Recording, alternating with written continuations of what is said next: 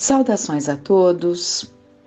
Buscando a continuidade do estudo que estamos fazendo do livro Dramas da Obsessão, em que estamos justamente vendo o trabalho da equipe do Dr. Bezerra de Menezes para ajudar num drama muito doloroso de uma família altamente obsediada e perseguida pelas vítimas da Inquisição, né?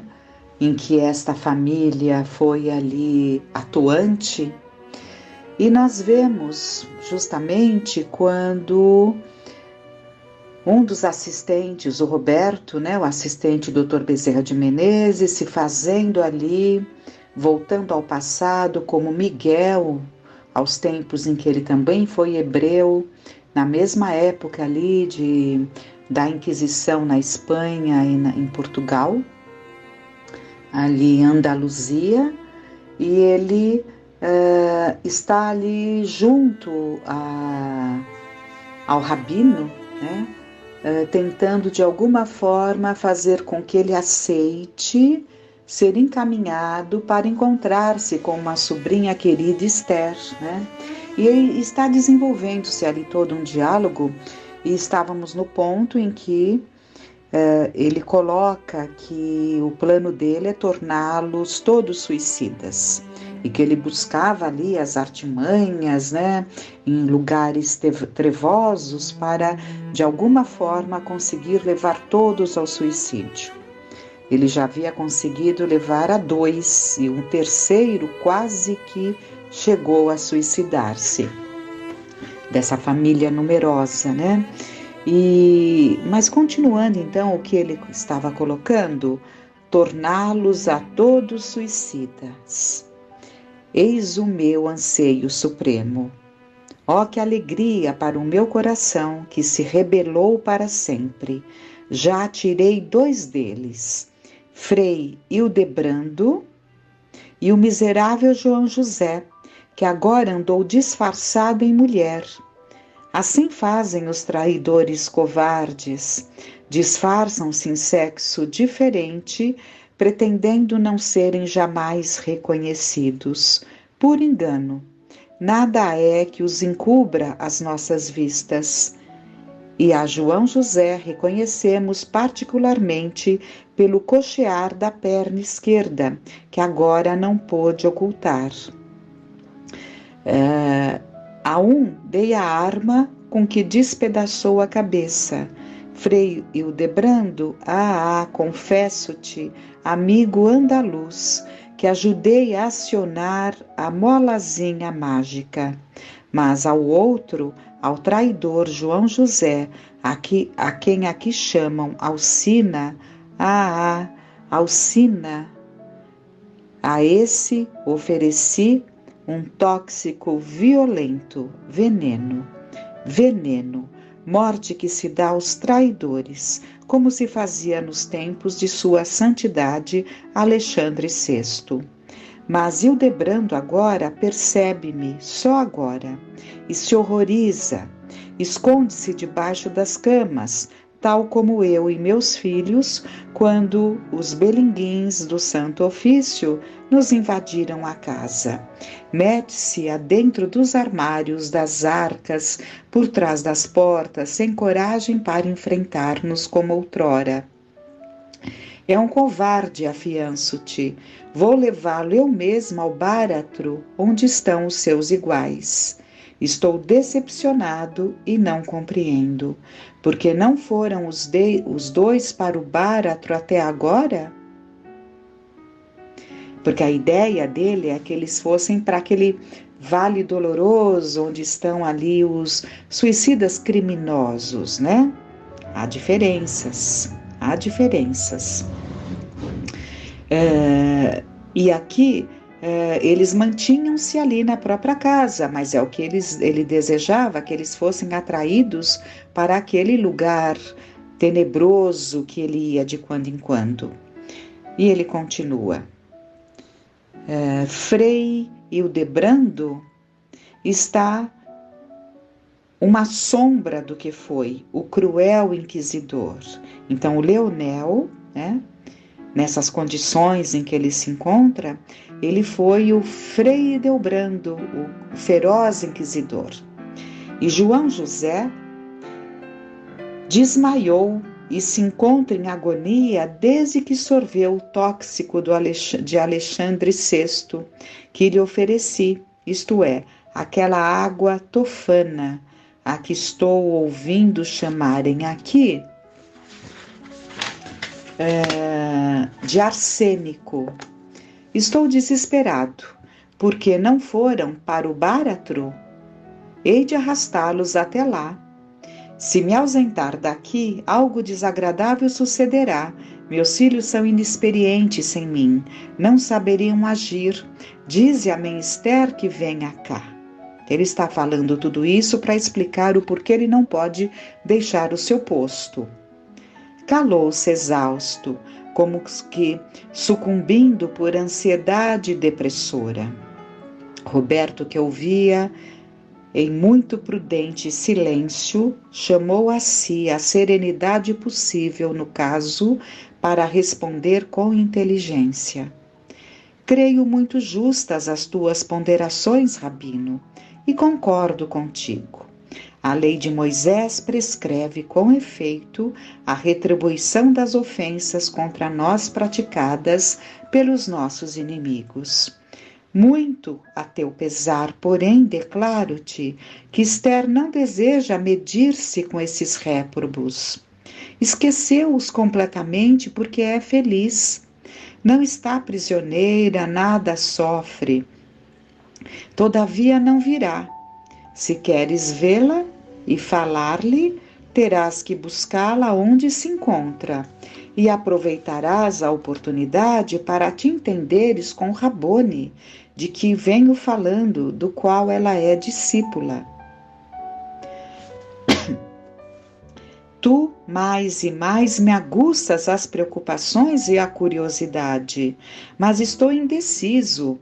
Esse teu Rabone me reprochará pelos feitos que venho realizando em torno dos meus algozes? Muitos outros o têm feito, mandando-me perdoar-lhes, pois dizem que com efeito a lei e os profetas ensinam o amor aos semelhantes. Mas que têm eles com os meus assuntos particulares? Aos semelhantes, sim, concordo, mas e aos inimigos? Um inimigo será um semelhante nosso?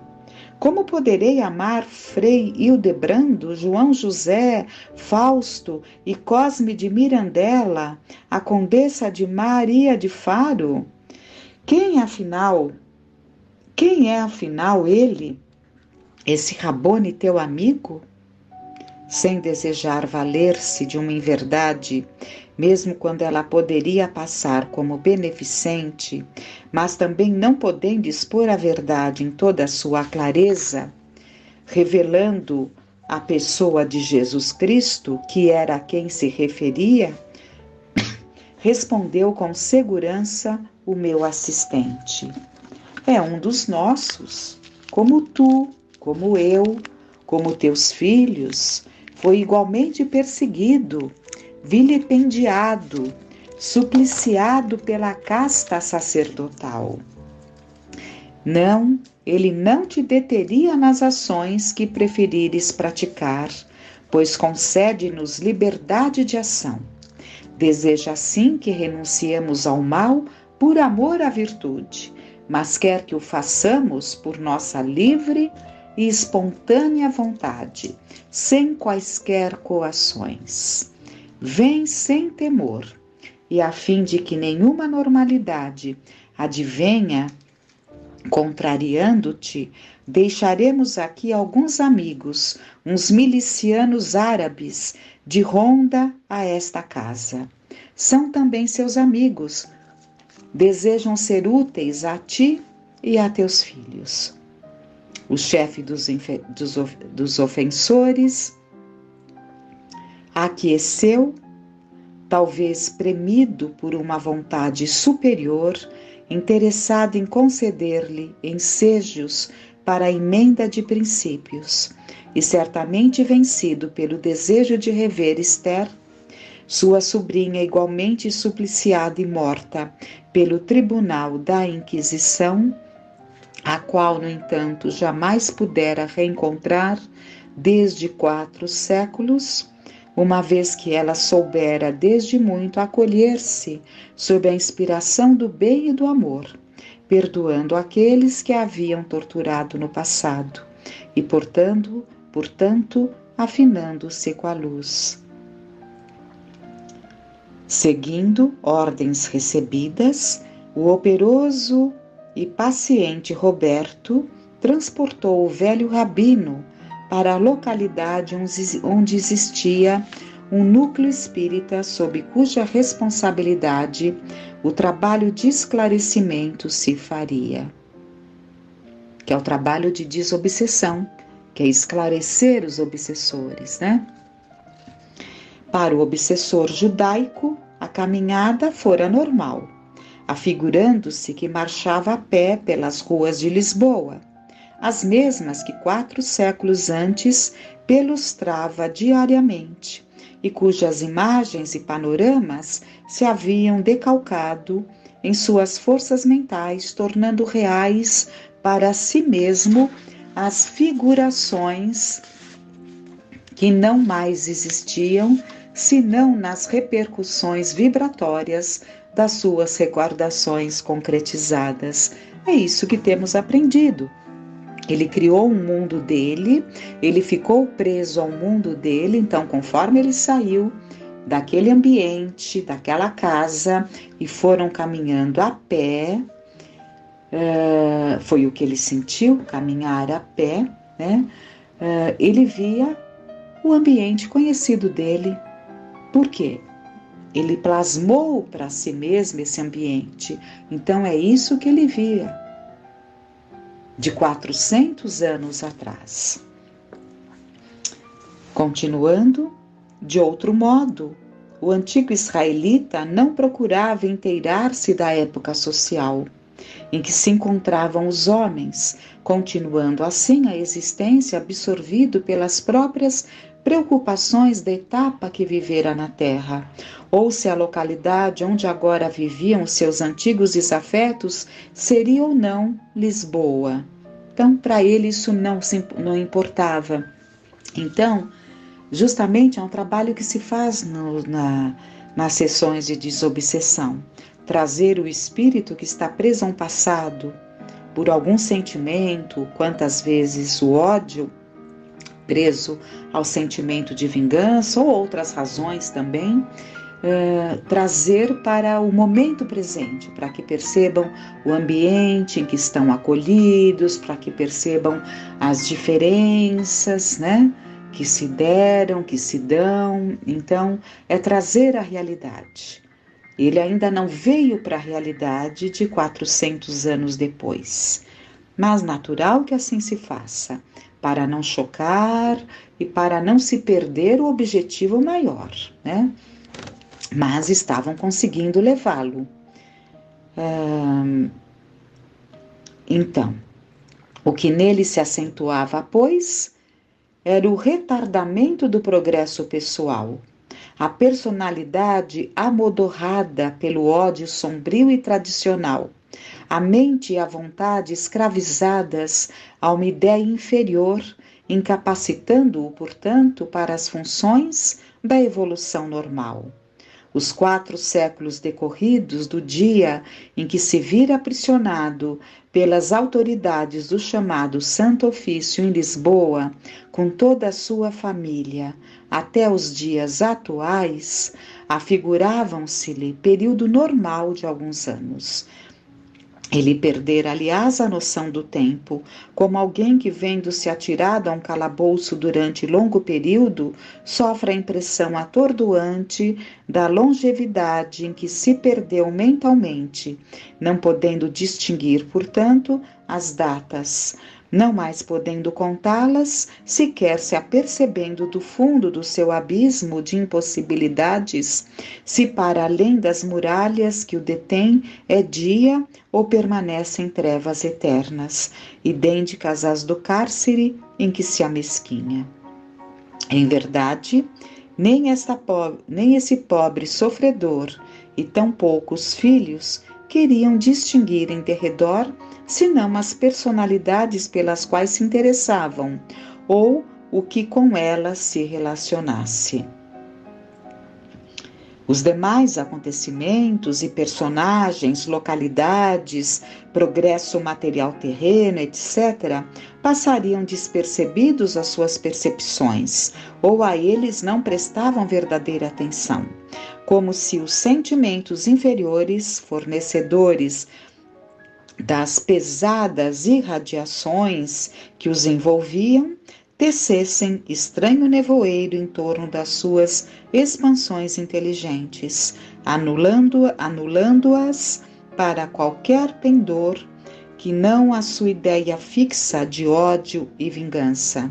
Assim sendo, não perceberam que se transferiram de Portugal para o Brasil.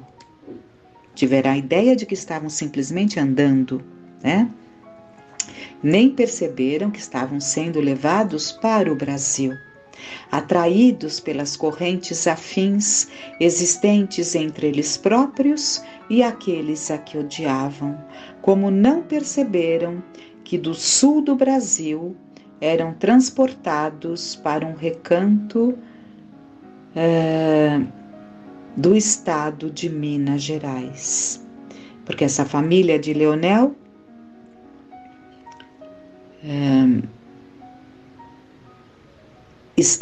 eles foram levados para o estado de Minas Gerais em alguns minutos, tempo assaz longo para um espírito em condições de progresso normal locomover-se, mas muito rápido em verdade, para uma entidade inferiorizada transportar-se tão rápido. Tal sucede com o movimento da terra e os homens, seus habitantes. Ele nada distinguiu, supondo-se antes a caminho de local desconhecido em Lisboa, ao lado de um mensageiro da sua Esther. Então, explicando, essa família do Leonel, que foram os antigos inquisidores e participantes, viviam no sul do nosso Brasil. Tanto que a carta chegou a médium em Minas Gerais por um conhecido, né, dessa família e dela, que vivia lá no sul e que se preocupava muito com a situação desta família. Então, ele nem percebeu, ele se sentiu andando por Lisboa, mas na verdade, né, ele foi levado do sul do Brasil rapidamente a Minas Gerais, né, julgando-se estar em Lisboa. Então vamos.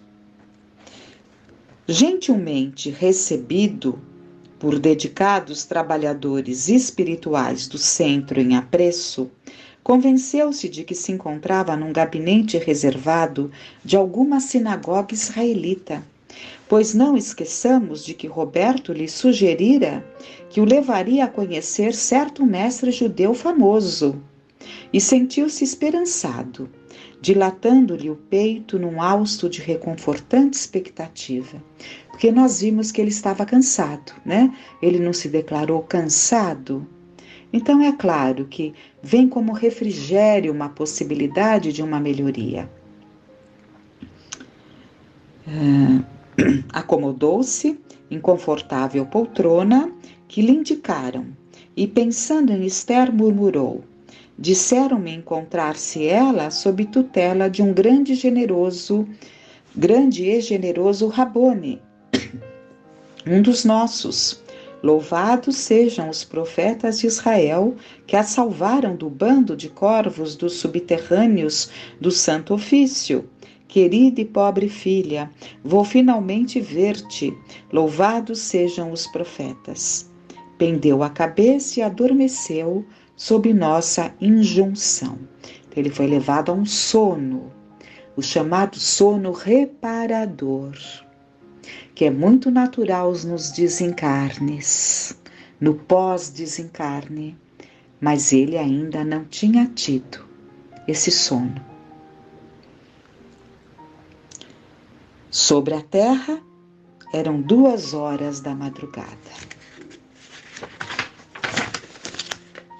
Entretanto, na residência de Leonel, os 3 jovens obsessores viram que um pelotão de guerreiros árabes invadia a casa, enquanto exteriormente guardas armados se postavam rodeando-a, assim impossibilitando quaisquer tentativas de fuga, amedrontando-os e predispondo-os a atenderem os convites para irem ao encalço do pai. Apavorados ante a perspectiva de perseguições renovadas, pois conservavam ainda como atualidade impressionante a lembrança das atrocidades sofridas sobre o despotismo da Inquisição, corriam eles a se ocultarem, imprecando por socorro e misericórdia, bradando pelo pai que já não viam, repetindo ato por ato as cenas de terror do dia em que foram presos pela milícia do Santo Ofício, cenas que o ódio, a revolta, o terror e o desespero haviam gravado de forma indelével nas suas superexcitadas mentes. Para eles, aqueles guerreiros armados eram os assalariados da igreja que teriam criado um capricho novo, a fim de arrastá-los ainda uma vez à prisão e à consequente tortura, já tantas vezes experimentada. Que importava a indumentária conhecida dos soldados árabes que ali distinguiam? Por aqueles remotos tempos, não raramente acontecia que judeus convertidos à fé católica ou que afetavam a conversão para fugirem às perseguições e visando a qualquer vantagens pessoais que lhes permitissem viver em paz, aliavam-se às autoridades inquisitoriais ou às civis para a perseguição aos próprios irmãos de ideal religioso? Então, esses questionamentos passavam na mente desses 3 irmãos, apavorados. Isso faz nos lembrar quantos medos nós temos, quantos medos vivemos. Lembrando aquela passagem de Jesus que acalmou a tempestade, ele dormia no barco. Os discípulos apavorados com a tempestade. Mestre, mestre, dormes enquanto estamos aqui apavorados, diziam os discípulos. Vamos entender a lição. Quantos de nós dizemos que amamos a Jesus, mas o temos de uma forma em que ele dorme em nós? Ele dorme. Por quê? Porque nós ainda verdadeiramente não o amamos. Ele dorme. E por termos ele junto a nós em estado de sono, nós não percebemos o quanto devemos confiar, porque ele está no leme. Deus está no leme. Jesus está no comando. Não devemos temer, como ele disse aos discípulos ao acordar. Que acordemos, então, em nós, a Jesus. Tiremo-lo desse estado de sono provocado por nós na nossa consciência e não teremos mais medos.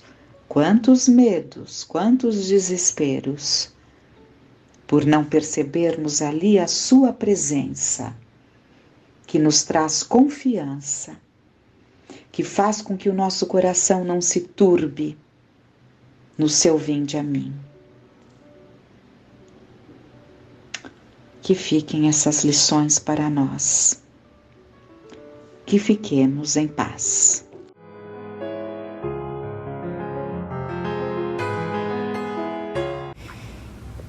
Olá, espero que todos se encontrem bem, com muita paz, que tenham passado uma semana abençoada. Na última semana, falamos mais uma vez de Primícias do Reino, pelo Espírito Amélia Rodrigues, através de Divaldo Franco, do médium Divaldo Franco. Eu acredito que nós já conseguimos ler quase todos os textos que eu havia separado, né? Alguns nós já lemos em outras oportunidades, então não julgo nesse momento oportuno a gente retomar, porque como nós combinamos, não estamos fazendo uma leitura de todo o livro, e sim selecionando alguns capítulos para a nossa reflexão. Eu gosto muito do Espírito Amélia Rodrigues, porque o tema que ela traz é sobre Jesus, né? Ela narra os ambientes, as situações, né, que constam do Evangelho de uma forma tão única, tão singular, tão poética, que nos convida a outras reflexões. E por conta disso eu peço licença a vocês e gostaria aqui de trazer um outro texto, também de Amélia, né? A última obra de Amélia Rodrigues, o último livro, foi publicado recentemente e será o último, né? Ela encerra e depois de um grande ato aí, de um grande intervalo, é publicado. Então, uma obra. Agora, no começo de maio, foi feito um lançamento, 6 de maio, se eu não me engano. O livro se chama O Essencial. Na capa está: O Essencial, buscai primeiro o reino de Deus. Tudo e tudo mais vos será acrescentado. Buscai primeiro o reino de Deus e tudo mais vos será acrescentado. Então, nós começamos, né, essas palestras, essas séries de palestras com o primeiro livro. E agora eu quero trazer muito este novo livro para nós refletirmos. Então, hoje selecionei um texto que também me toca bem o coração, porque é de um espírito muito caro a todos nós, que é Lázaro. Lázaro.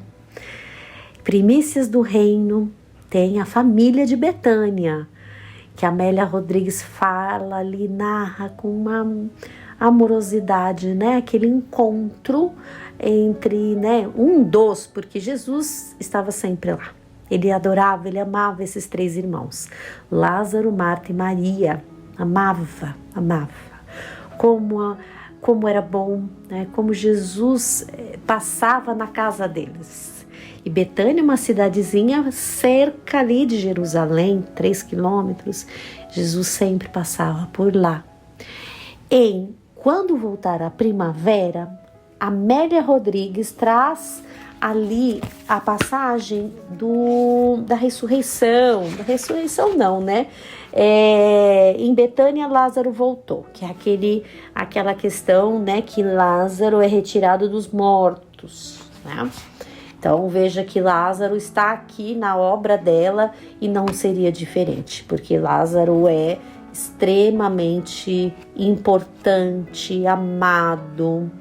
Lázaro está na codificação, né? No Evangelho segundo o Espiritismo, temos ali textos de Lázaro, que também recomendo muito, porque traz muito dele, né? Traz muito de Lázaro. Então é no capítulo 9, item 6 e 8, capítulo 11, item 8 e capítulo 17, item 7, Evangelho segundo o Espiritismo de Allan Kardec, também encontramos Lázaro. Que importante, né? Que importante podermos contar com ele nas instruções dos Espíritos. Mas, então, vamos lá. Vamos falar de Lázaro novamente, porque nesse livro, especificamente, Amélia traz o pós, depois que ele saiu, né? Depois que ele saiu dos mortos, ela traz Lázaro, né? Então é importante a gente refletir, né? Vamos lá, o capítulo, deixa eu pegar aqui para vocês, capítulo 25, Lázaro sempre vivo. Então, como é já característico da narrativa do Espírito Amélia Rodrigues, ela começa falando, né, de Betânia, então narrando Betânia e falando, né, que após a recuperação de Lázaro, arrancado do sono cataléptico em que se demorava, a sua existência tornou-se especial objeto de comentários os mais variados e jamais poderia ser diferente. Né? E não foi só Lázaro que foi trazido desse estado de catalepsia, né? Nós sabemos que não foi só ele, mas sem dúvida foi muito emblemático, foi muito crucial essa situação, despertou ali a ira, né, de muitos, essa situação, né?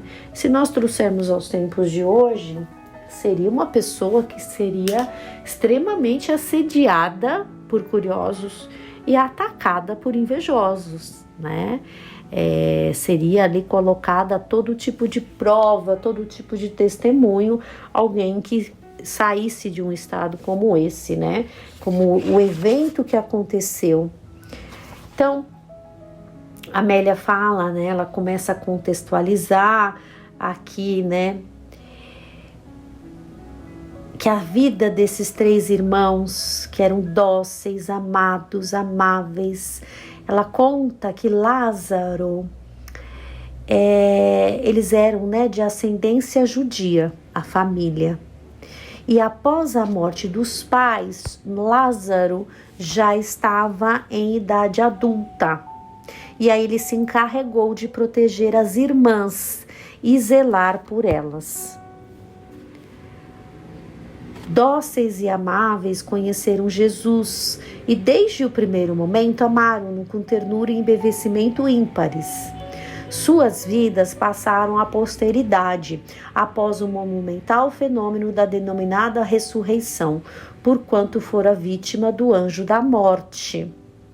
Todos desejavam saber como se sentira naqueles dias em que jacera morto e como se encontrava ao retornar da vida. Natural esses questionamentos, né? O que tinha acontecido no momento que ele, né, entre aspas, era dado como morto e depois as sensações, né? É sempre aquela questão da curiosidade. A princípio era uma curiosidade em torno do fenômeno que demonstrava o poder do Nazareno, que, embora informado do funesto acontecimento, permaneceu por mais 3 dias onde se encontrava. Com a sucessão dos dias, os fariseus inclementes passaram a atacar o recuperado, informando que Jesus o trouxera de volta à vida física por intermédio de Satanás, por cuja influência realizava os místeres transcendentes da sua ímpar existência. Então, até aqui, algo que já é bem conhecido de todos nós, né? Esse assédio, esse ataque e também o amor que Jesus tinha por eles. Aí, Amélia começa a narrar a última visita do mestre à casa dos 3 irmãos. Então, já após esse fenômeno, né? Por isso que é enfatizado tanto que ele visitava a casa deles e tudo mais.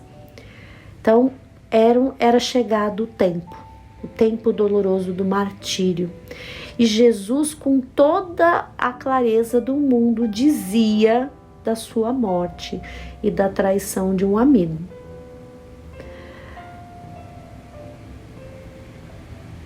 A casinha de Betânia estava no roteiro da viagem. Em consequência, os irmãos diligentes preparavam-se para receber os amigos, porque era chegado o momento da Páscoa. Então, a cidade de Jerusalém seria ali intensamente visitada por estrangeiros, né? Caravanas. Então, eram muitas pessoas que estariam nessa região.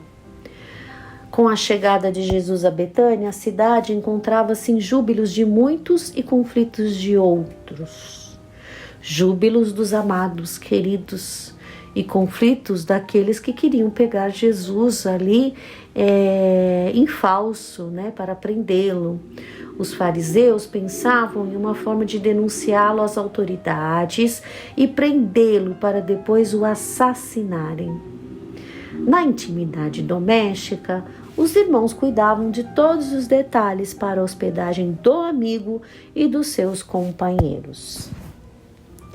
Maria era a mais jovem dos irmãos, portanto mais sonhadora, e se fascinara pelo benfeitor divino e suas lições de amor e liberdade espiritual.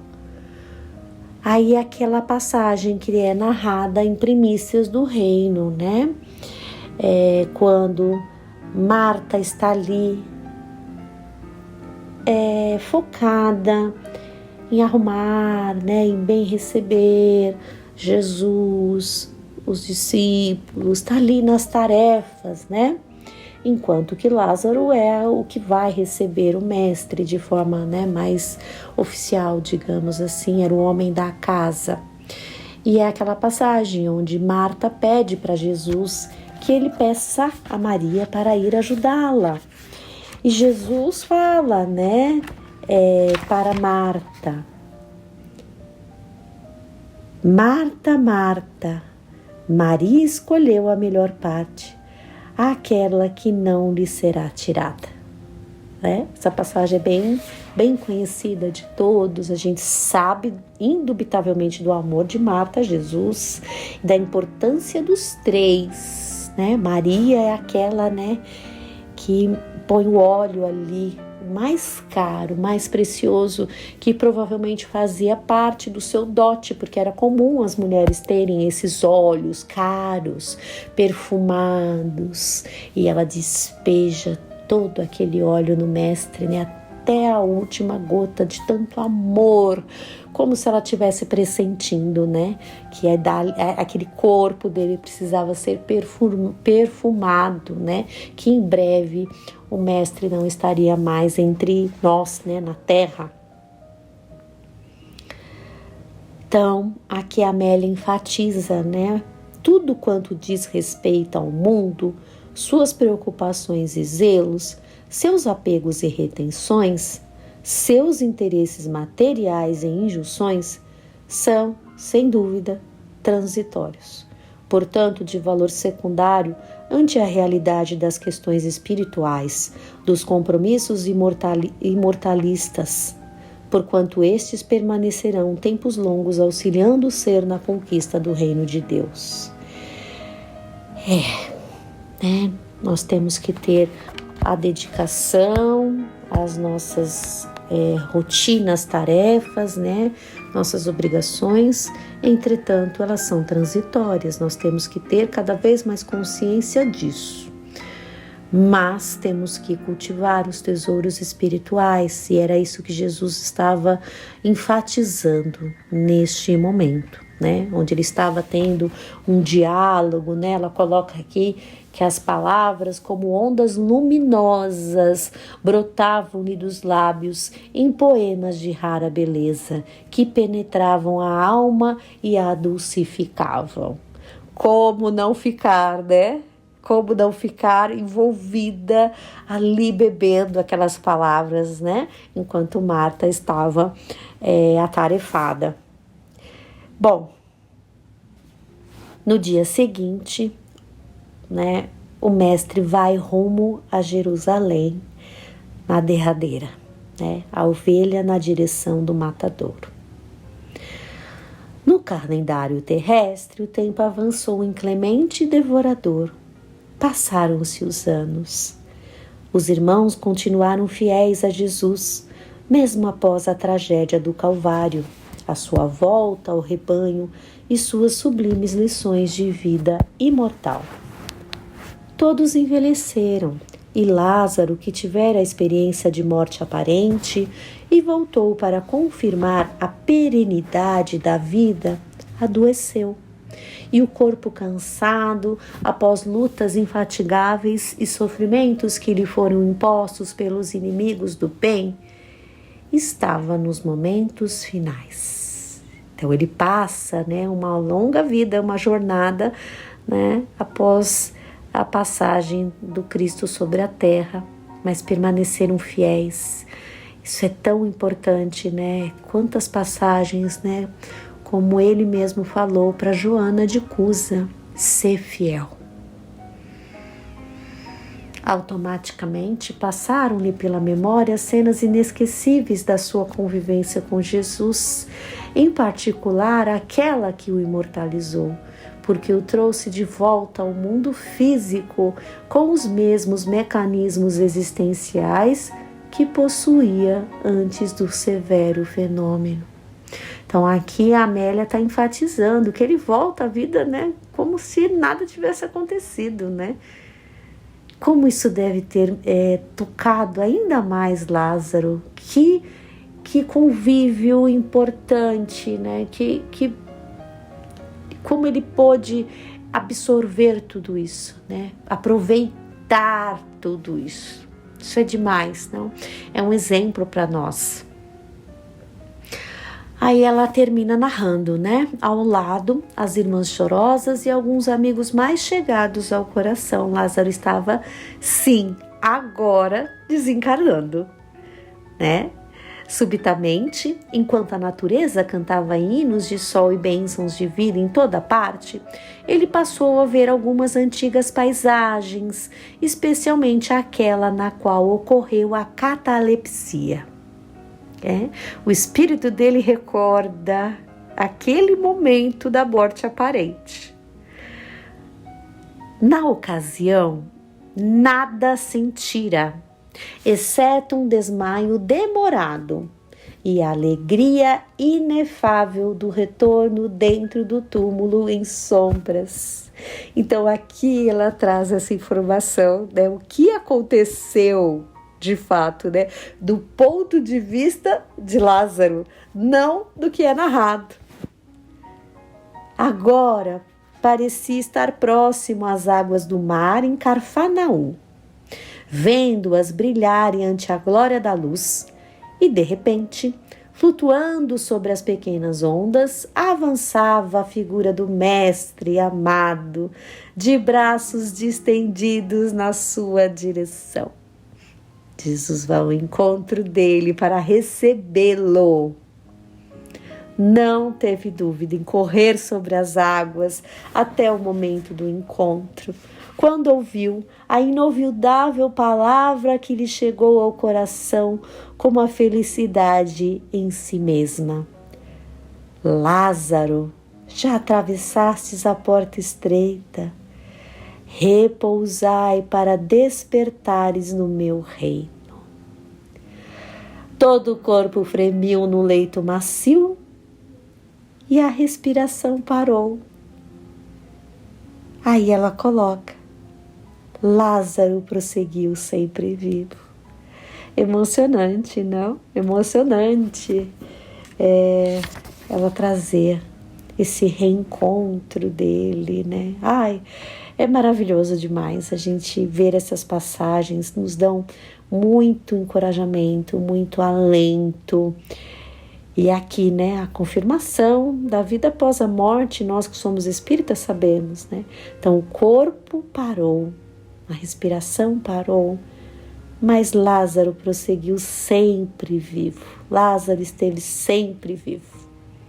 Fica então para nossa reflexão, essa mensagem maravilhosa de Dona Amélia Rodrigues, através do livro O Essencial, pelo médium Divaldo Franco. Que preciosidade! Até a próxima semana, se Deus quiser.